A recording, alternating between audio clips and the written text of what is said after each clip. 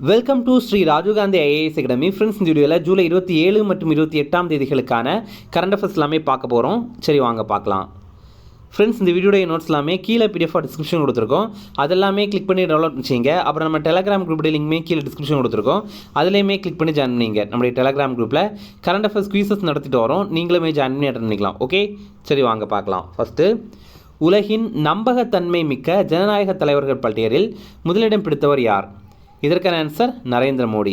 இது என்ன அப்படின்னா, மார்னிங் கன்சல்ட் அப்படிங்கிற ஒரு அமைப்பு. இவங்க பார்த்தீங்கன்னா ஒவ்வொரு நாட்டிலையும் போய் அந்த நாட்டுடைய மக்கள்கிட்ட கேட்குறாங்க. எப்படின்னா, உங்கள் நாட்டுடைய தலைவருக்கு மேலே உங்களுக்கு எவ்வளோ நம்பிக்கை இருக்குது அப்படின்ற மாதிரி. இதில் இவங்க கணக்கில் எடுத்திருப்பாங்கள்ல. அப்போ இந்தியாவை சேர்ந்தவங்களில் 75% எங்களுக்கு பிரதமர் மோடி மேலே நம்பிக்கை இருக்குது அப்படின்ற மாதிரி தெரிவித்திருக்காங்க. அதனால் பிரதமர் மோடி உலக அளவில் முதலிடத்தில் இருக்கிறார். 2வது இடத்துல இருக்கிறவர் லீ ஜே மியூங் அப்படிங்கிறவர்.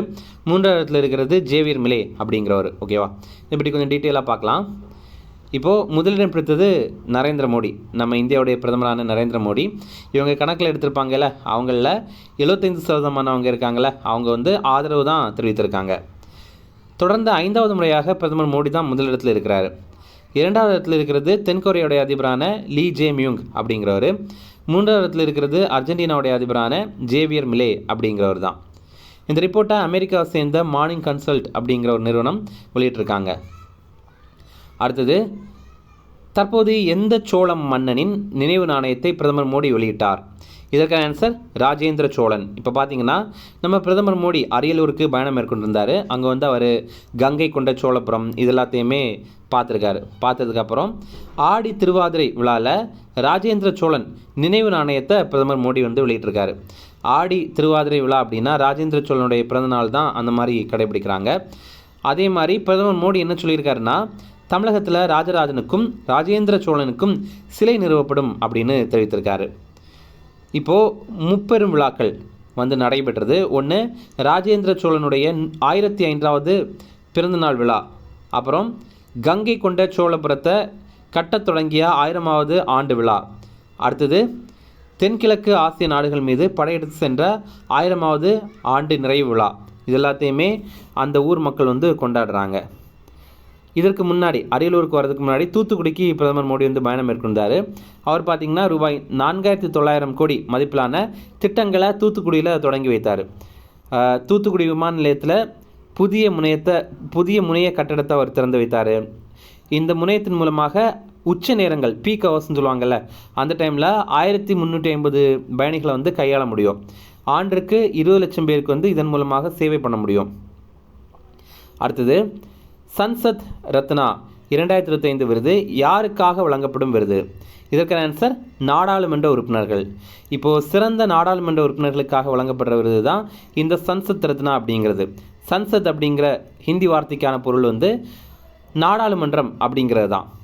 இப்போது இது சிறந்த நாடாளுமன்ற உறுப்பினர்களுக்கு வழங்கப்படுற விருது. இப்போ 17 நாடாளுமன்ற உறுப்பினர்களுக்கு வழங்கியிருக்காங்க. தமிழ்நாட்டிலிருந்து இந்த விருதை பெற்றவர் CN அண்ணாதுரை அப்படிங்கிறவர். இந்த பிக்சரில் நீங்கள் பார்க்குறீங்கள, இவர் தான் CN அண்ணாதுரை. இவர் திமுக கட்சியை சேர்ந்தவர், திருவண்ணாமலை எம்பி. ஓகே, இவர் பார்த்தீங்கன்னா திமுக கட்சியை சேர்ந்தவர், திருவண்ணாமலை மக்களவை தொகுதி எம்பி. இந்த விருதை வழங்குகிற அமைப்பு பிரைம் பாயிண்ட் அப்படிங்கிற ஒரு அறக்கட்டளை, பிரைம் பாயிண்ட் ஃபவுண்டேஷன்.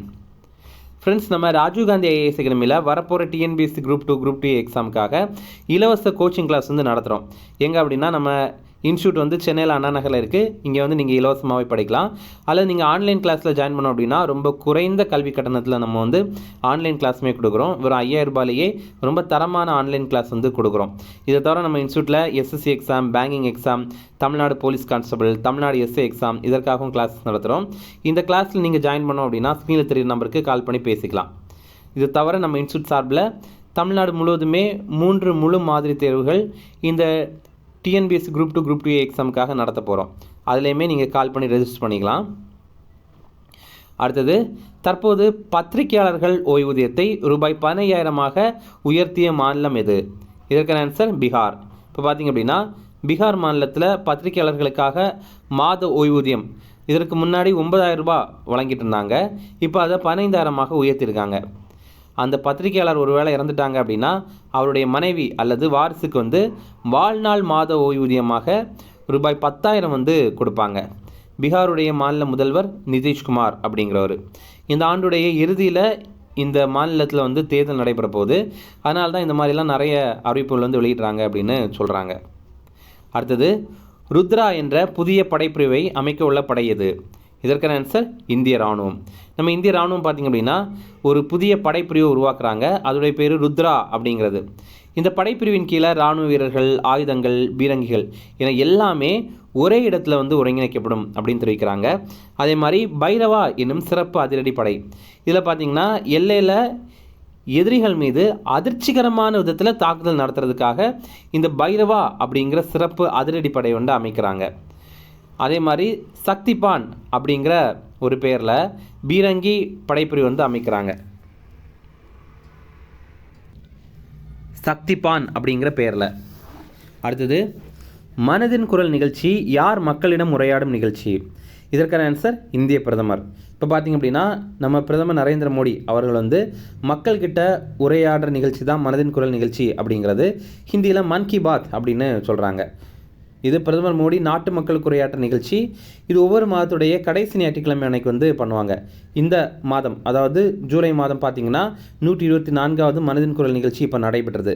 அதில் அவர் என்னென்ன சொல்லியிருக்காரு அப்படின்னா, விண்வெளித்துறையில் 5 ஆண்டுகளுக்கு முன்னாடி 50க்கும் குறைவான புத்தாக்க நிறுவனங்கள் தான் நம்ம இந்தியாவில் இருந்தது. ஆனால் இப்போது 200க்கு மேலே புத்தாக்க நிறுவனங்கள் இந்தியாவில் விண்வெளித்துறையில் இருக்குது அப்படிங்கிறத தெரிவித்திருக்காரு. அதே மாதிரி தமிழ்நாட்டுடைய தஞ்சாவூரை சேர்ந்த மணிமாறனுக்கு அவர் பாராட்டுகள் தெரிவித்திருக்காரு. யார் இவர் அப்படின்னா, இவர் வந்து தமிழ் ஓலைச்சுவடிகளை படிக்க மக்களுக்கு கற்றுக் கொடுக்குறாரு. அவருடைய சேவைக்காக இவருக்கு வந்து பாராட்டும் தெரிவித்திருக்காரு. அடுத்தது, இந்திய வங்காளதேச எல்லையில் பாதுகாக்கும் படை எது? இதற்கான ஆன்சர் பிஎஸ்எஃப். ஃப்ரெண்ட்ஸ், நம்ம வந்து எஸ்எஸ்சி ஜிடி எக்ஸாம்லாம் எழுதணும் அப்படின்னா அதில் வந்து CASF, CRPF, BSF, Assam rifles, அப்புறம் இந்தோ டிபெட்டியன் பார்டர் போலீஸ், இந்த மாதிரி நிறைய பிரிவுகள் இருக்கும். இதில் பார்த்தீங்கன்னா பிஎஸ்எஃப் அப்படிங்கிறது என்னென்னா இந்தியா பாகிஸ்தான் பார்டர், அதே மாதிரி இந்தியா பங்களாதேஷ் பார்டர் இருக்குல்ல, அந்த எல்லைகளில் வந்து பாதுகாக்கிற படை தான். ஓகேவா? இப்போது இந்த மாதிரி ஒரு படை இருக்குது, பிஎஸ்எஃப் அப்படிங்கிற படை. இது மாதிரி நமக்கு சிஆர்பிஎஃப் இருக்குது, சிஏஎஸ்எஃப் இருக்குது, ஐடிபிபி இருக்குது. சிஆர்பிஎஃப் அப்படின்னா நமக்கு கலவரம் நடக்கிற பகுதிகளில், அதே மாதிரி தீவிரவாதிகள் இருக்கிற பகுதியில், நக்சலைட் தீவிரவாதிகள் இருப்பாங்கள்ல, இந்தியாக்குள்ளாடி இருக்காங்கள்ல தீவிரவாதிகள், அவங்கள எதிர்க்கிறதுக்காக இவங்க வந்து பணியமர்த்தப்படுவாங்க. அப்புறம் சிஏஎஸ்எஃப் அப்படின்னா நம்ம மத்திய அரசுடைய நிறுவனங்கள், ஏர்போர்ட்டு, அப்புறம் வந்து மியூசியம், இங்கெல்லாம் பாதுகாக்கிற வேலை. ஓகேவா? அது கொஞ்சம் ஈஸியான வேலை, ரொம்ப நல்ல வேலை தான். அடுத்தது ஐடிபிபி அப்படின்னா இந்தோ திபெத்தியன் பார்டர் போலீஸ். இது பார்த்திங்கன்னா இந்தியா சைனா பார்டர் இருக்குல்ல, அந்த இடத்துல பாதுகாக்கிற வேலையாக இருக்கும். இது பார்த்திங்கன்னா ரொம்ப குளிரான வேலையாக இருக்கும். ஏன்னா அந்த பகுதியெல்லாம் ரொம்ப குளிரான பகுதியாக இருக்கும், அதனால் கொஞ்சம் ஆபத்தான வேலையாகவும் இருக்கும். ஓகே, சரி. இப்போ நம்ம இந்த கொஸ்டினில் பார்க்குறது பிஎஸ்எஃப். இப்போ எதனால் இதை பற்றி பார்க்குறோம் அப்படின்னா, பிஎஸ்எஃப் வீரர்களுக்கு உடலில் பொருத்தக்கூடிய 5000 கேமராக்கள், கைரேகைகள், கண் கருவிழி பதிவு கருவிகள் இதெல்லாமே இப்போ வந்து வழங்கியிருக்காங்க. இந்திய வங்காளதேச சர்வதேச எல்லையில் பாதுகாப்பு பணியில் ஈடுபடுற வீரர்களுக்கு தான் இதை வழங்கியிருக்காங்க. எதற்காக இதை வழங்கியிருக்காங்க அப்படின்னா, இந்தியாக்குள்ளாடி சட்டவிரோதமாக ஊடுருவ முயற்சிக்கிற வங்கதேச நாட்டவர்களுடைய தகவல்களை சேமிக்கிறதுக்காக தான் இந்த கேமரா, இந்த கைரேகைகள் பதிவு பண்ணுற கருவி, கண் கருவொளி பதிவு பண்ணுற கருவி இதெல்லாமே. அடுத்தது, குழந்தைகள் 50% மேல் வளர்ச்சி குன்றிய மாவட்டங்கள் அதிகமுள்ள மாநிலம் எது? இதற்கான ஆன்சர் உத்தரப்பிரதேசம். இப்போ பார்த்திங்க அப்படின்னா முதலிடம் பிடித்தது உத்தரப்பிரதேசம். அதாவது நம்ம இந்தியாவில் 50% மேலே வளர்ச்சி குன்றிய மாவட்டங்கள் எங்கே அதிகமாக இருக்குது அப்படின்னு பார்க்கும்போது உத்தரப்பிரதேசத்தில் தான் இருக்குது. அங்கே பார்த்திங்கன்னா 34 மாவட்டங்கள் இந்த நிலைமையில் தான் இருக்குது. அதே நேரம் எடை குறைந்த குழந்தைகள் இந்தியாவில் அதிகமாக இருக்கிற மாவட்டம் எது அப்படின்னா மகாராஷ்டிராவுடைய நந்தூர்பார் அப்படிங்கிற மாவட்டம். அங்கே இருக்கிற குழந்தைகளில் 48.26% இந்த குழந்தைகள் வந்து இந்த மாதிரி எடை குறைந்த அளவில் தான் இருக்காங்க. அடுத்தது, கடுமையான ஊட்டச்சத்து குறைபாடு எங்கே இருக்குது அப்படின்னா இந்தியாவில் அதிகமாக இருக்கிறது மத்திய பிரதேசத்துடைய தார் அப்படிங்கிற மாவட்டத்தை சேர்ந்த குழந்தைகளுக்கு தான். அங்கே பார்த்திங்கன்னா 17.15% குழந்தைகளுக்கு கடுமையான ஊட்டச்சத்து குறைபாடு இருக்குது. இந்தியாவிலேயே இதுதான் ரொம்ப ரொம்ப அதிகம். அடுத்தது, வேலைவாய்ப்பற்ற இளைஞர்களுக்கு மாதம் ரூபாய் 5000 அறிவித்த மாநிலம் எது? இதற்கான ஆன்சர் மத்திய பிரதேசம். இப்போ பார்த்திங்க அப்படின்னா வேலைவாய்ப்பற்ற பெண்களுக்கு மாதம் ரூபாய் 6000 வந்து வழங்க போகிறோம் அப்படின்னு மத்திய பிரதேச மாநில அரசு வந்து அறிவித்திருக்காங்க. அதே மாதிரி வேலைவாய்ப்பற்ற ஆண்களுக்கு மாதம் ரூபாய் 5000 வந்து வழங்க போகிறோம் அப்படின்னு தெரிவித்திருக்காங்க. எதற்காக அப்படின்னா இந்த தொகையை வைத்து அவங்க வந்து திறன்களை வளர்த்துக்கொள்ளணும் அப்படிங்கிறதுக்காக தான். மத்திய பிரதேசத்துடைய முதல்வர் மோகன் யாதவ் அப்படிங்கிறவர். அடுத்தது, திரைப்படங்களை சட்டவிரோதமாக படம் பிடித்தால் எத்தனை ஆண்டுகள் சிறை தண்டனை விதிக்கப்படும்? இதற்கான ஆன்சர் 3 ஆண்டுகள். இப்போ பார்த்திங்க அப்படின்னா திரைப்படங்களை சட்டவிரோதமாக ஒருத்தங்க படம் பிடித்து அதை அவங்க இணையதளத்தில் வந்து வெளியிட்டாங்க அப்படின்னா அவங்களுக்கு 3 மாதங்கள் சிறை மற்றும் 3 லட்சம் ரூபாய் அபராதமும் விதிக்கப்படும் அப்படின்னு தெரிவித்திருக்காங்க. அப்போது வெறும் 3 மாதங்கள் தானே அப்படின்னு நம்ம வந்து லேஸில் நினச்சிடக்கூடாது. இந்த தண்டனையை அதிகபட்சமாக 3 ஆண்டுகள் வரைக்கும் அதிகரிக்க முடியும். அதே மாதிரி 3 லட்சம் ரூபா தானே ஃபைனு அப்படின்ற மாதிரி நினச்சிடக்கூடாது. இப்போது திரைப்பட தயாரிப்பு செலவில் அதிகபட்சமாக 5% வரைக்கும் அபராதமாக விதிக்க முடியும் இந்த ஒரு சட்டத்தின் கீழே. அது எப்படின்னா இப்போ பார்த்தீங்கன்னா நிறைய படங்கள் இப்போ வந்து 100 கோடி அந்த மாதிரி தான் தயாரிக்கிறாங்க.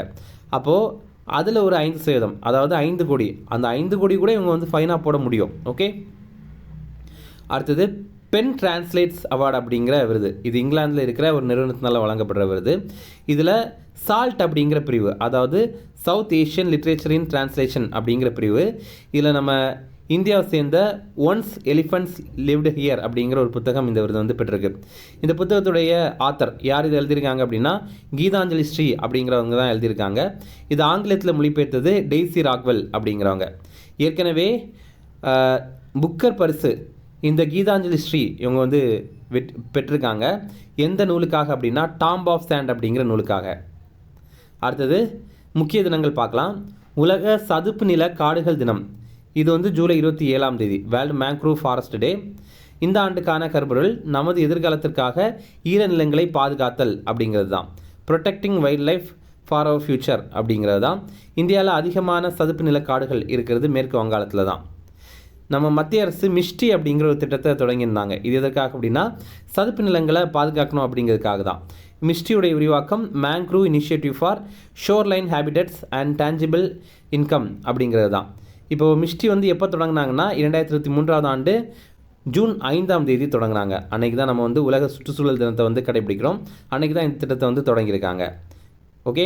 இப்போ உங்களுக்கான கேள்வி, நம்ம இந்தியாவில் உலக அளவில் சதுப்பு நிலங்கள் தினம் அது என்னைக்கு கொண்டாடுறோம்? அதாவது சதுப்பு நிலங்கள் தினம் அல்லது ஈர நிலங்கள் தினம் அப்படின்னு சொல்லுவோம். இங்கிலீஷில் வேர்ல்டு வெட்லேண்ட்ஸ் டே அது என்னைக்கு கொண்டாடுறோம் அப்படிங்கிறது உங்களுக்கு தெரியும்னா கமெண்ட்ஸில் சொல்லுங்கள். இந்த கொஸ்டினில் நம்ம பார்க்குறது உலக சதுப்பு நில காடுகள் தினம். ஓகே. அடுத்தது, உலக இயற்கை பாதுகாப்பு தினம், இது வந்து ஜூலை 28ஆம் தேதி. இந்த ஆண்டுக்கான கருப்பொருள் மக்களையும் தாவரங்களையும் இணைத்தல், வனவிலங்கு பாதுகாப்பில் டிஜிட்டல் புதுமைகளை ஆராய்தல் அப்படிங்கிறது தான்.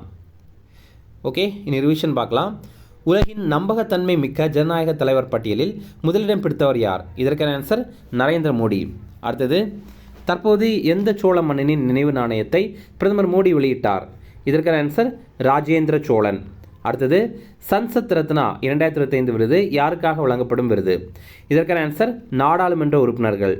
அடுத்தது, தற்போது பத்திரிகையாளர்கள் ஓய்வூதியத்தை ரூபாய் 15,000 உயர்த்திய மாநிலம் எது? இதற்கான ஆன்சர் பீகார். அடுத்தது, ருத்ரா என்ற புதிய படைப்பிரிவை அமைக்க உள்ள படை எது? இதற்கான ஆன்சர் இந்திய இராணுவம். அடுத்தது, மனதின் குரல் நிகழ்ச்சி யார் மக்களிடம் உரையாடும் நிகழ்ச்சி? இதற்கான ஆன்சர் இந்திய பிரதமர். அடுத்தது, இந்திய வங்காளதேச எல்லையில் பாதுகாக்கும் படை எது? இதற்கான ஆன்சர் பிஎஸ்எஃப்.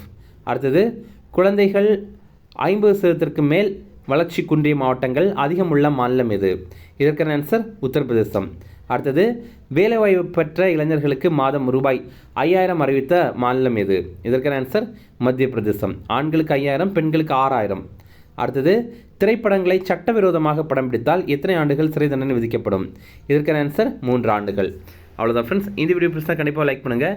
நம்மளுடைய சேனலுக்கு சப்ஸ்கிரைப் பண்ணி வச்சுங்க. உங்களுடைய நண்பர்களுமே ஷேர் பண்ணுங்கள். கண்டிப்பாக இது அவங்களுக்கும் பயனுள்ளதாக இருக்கும். Okay, thank you.